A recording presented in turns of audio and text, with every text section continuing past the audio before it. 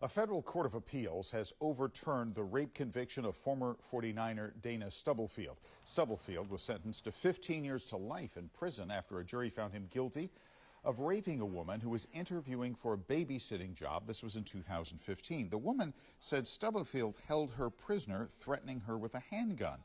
During the trial, prosecutors said police never searched for the gun in Stubblefield's home because he was a famous black man. The appeals court found that statement was racially discriminatory and violated the Racial Justice Act. What's going on, everybody? This is MDENT313, and I'm back at y'all with another one.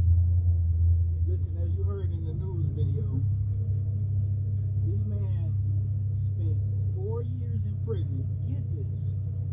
This man spent 4 years in prison for just trying to hire a babysitter.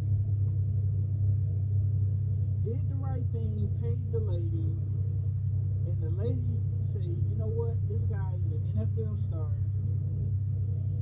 He's a black man. I know all I gotta do is just go to the police and say he did whatever, whether it's of the actual nature or the violent nature.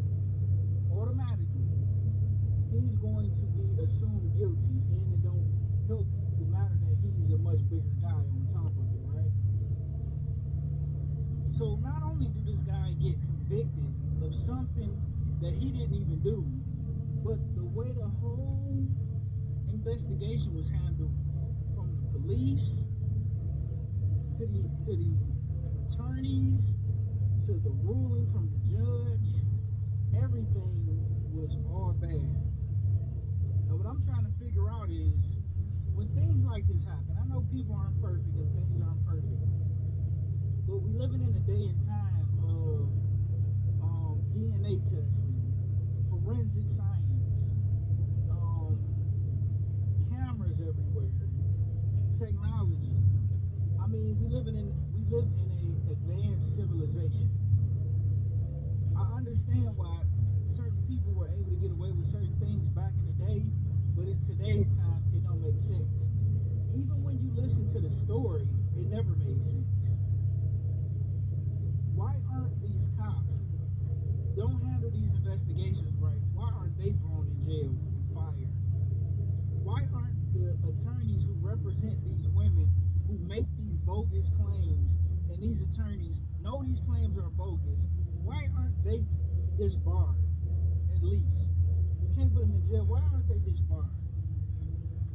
And last but not least, why aren't these judges disbarred as well? The attorney generals who look over these cases, like, the legal system need a complete overhaul. The same way our government and our tax department need an overhaul, our entire legal system here in America need a serious overhaul and a serious revamping at every time. I don't care whether it's divorce, I don't care whether it's child custody, I don't care whether it's criminal, I don't care whether it's civil. We need to start over and redo and rethink everything that we have been doing, because this is absolutely ludicrous.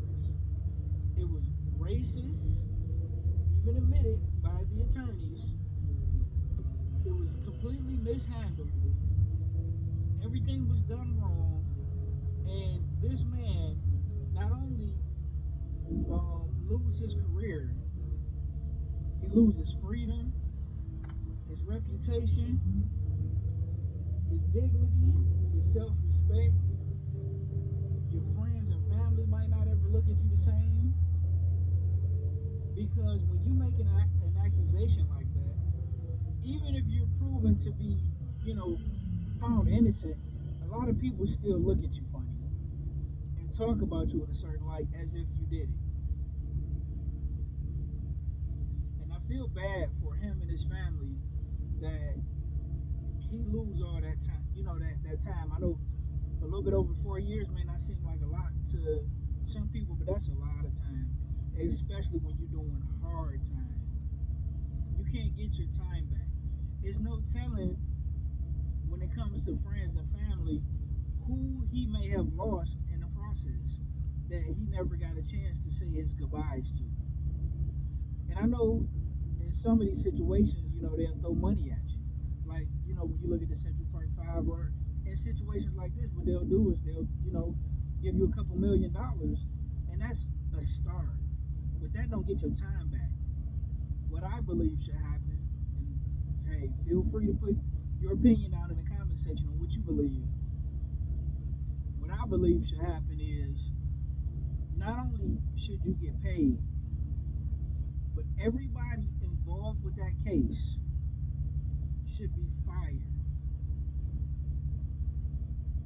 completely, from police officers to attorneys to judges. I also believe that we should get rid of the how we do the jury, where you pick a random 12 people, or a random however many people, 6 people, 12 people,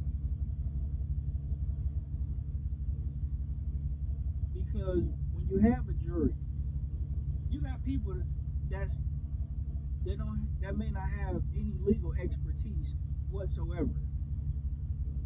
You may have people who just completely don't care, and they have things to do and other things going on, to where they're just going to put anything down to hurry up and get the process over. Meanwhile, that's somebody's life on the line over there. Why don't they have college students who are going to school for law to be selected for jury duty, instead of just plain everyday civilians? But man, this is a very unfortunate situation. I'm glad Dana Stubblefield, he was found innocent. I hope he gets the justice he's looking for. Man, I'm sorry that this guy lost time with his family, his friends. His reputation is destroyed. His career is over with. And everybody just get to walk away from this situation like, oh well. The judges, the arresting officers, the prosecutors, the jury, everybody just, oh well, it wasn't my life. Oh well, it wasn't me. But maybe one day it might be your son, or your nephew, or your brother, or your father, your uncle. This is how men are treated here in America.